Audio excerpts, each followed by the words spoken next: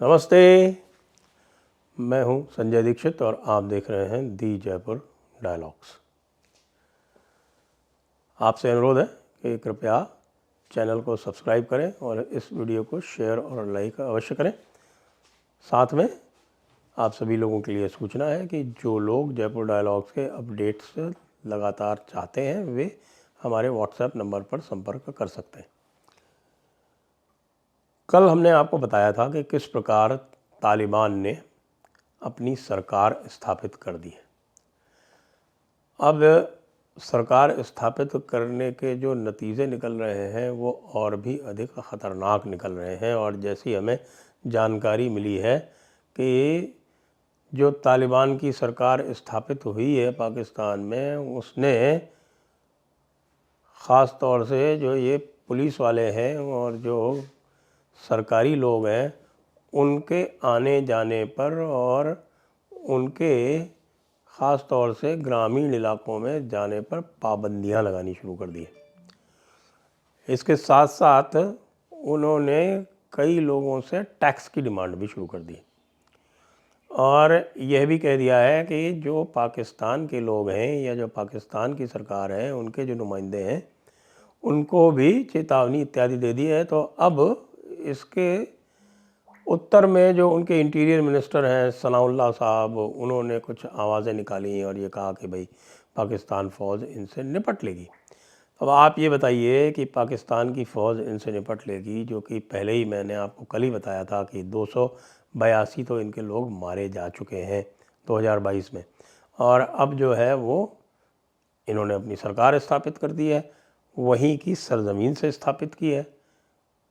अब सुना है कि जैसा मैं आपको बता रहा हूँ कि आने जाने पर जब पाबंदियाँ लगाई हैं तो नाके वाके भी लगा दिए हैं कई स्थानों पर। तो ये तो सब हो रहा है। और सबसे मज़ेदार बात यह है कि जब ये कहा कि पाकिस्तान फ़ौज जो है वो इनको निकाल बाहर करेगी और इनका ख़ात्मा कर देगी, तो आप जानते हैं कि पाकिस्तान तालिबान ने क्या किया।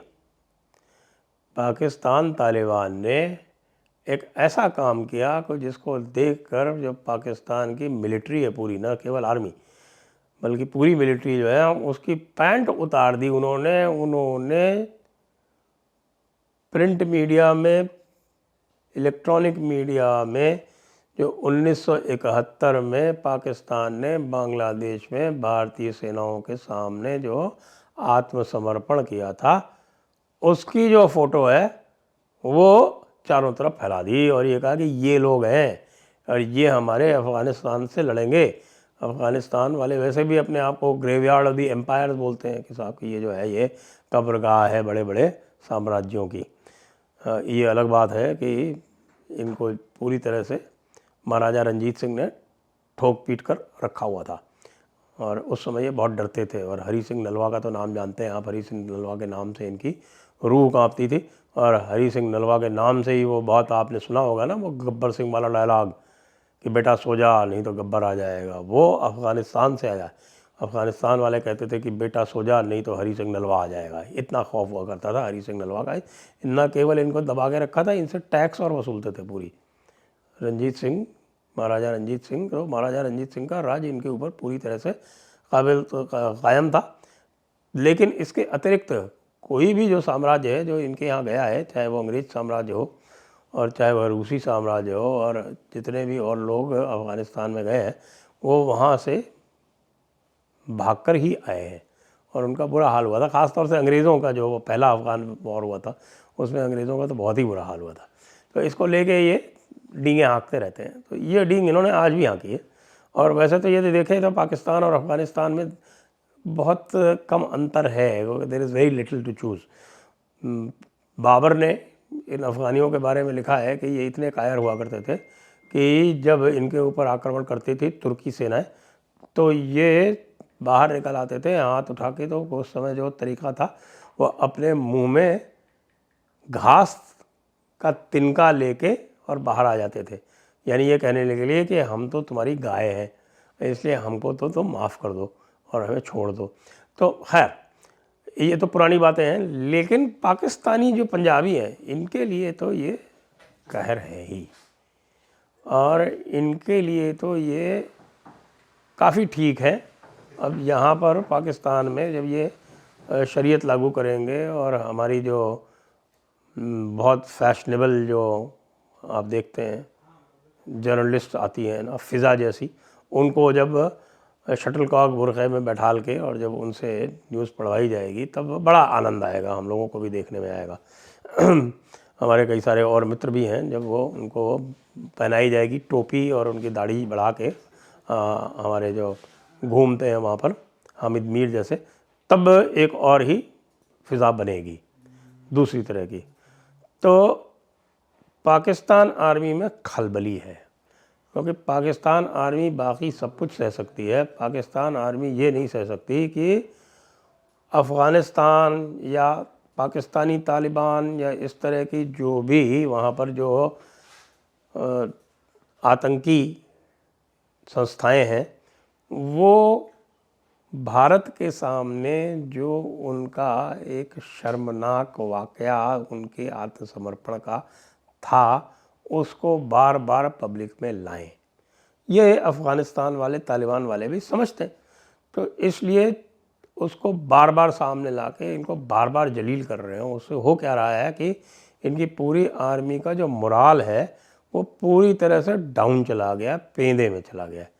और आप कभी भी सुन सकते हैं कि जिस प्रकार से बात हुआ करती है कि कई बार बांग्लादेश वॉर में, बांग्लादेश फ्रंट पर या पाकिस्तान फ्रंट पर इनकी फ़ौजें जो थी वो अपनी चौकियां छोड़ के भाग जाया करती थी, उस तरह की बातें आप जल्दी ही इनके अफ़गानिस्तान वाले बॉर्डर से सुनेंगे कि इनकी फ़ौजें जो हैं वो चौकियां छोड़ छोड़ के भाग रही हैं और इनके जो जर्नैल हैं वो पहले ही उन्होंने अपना हिसाब किताब तय कर दिया है।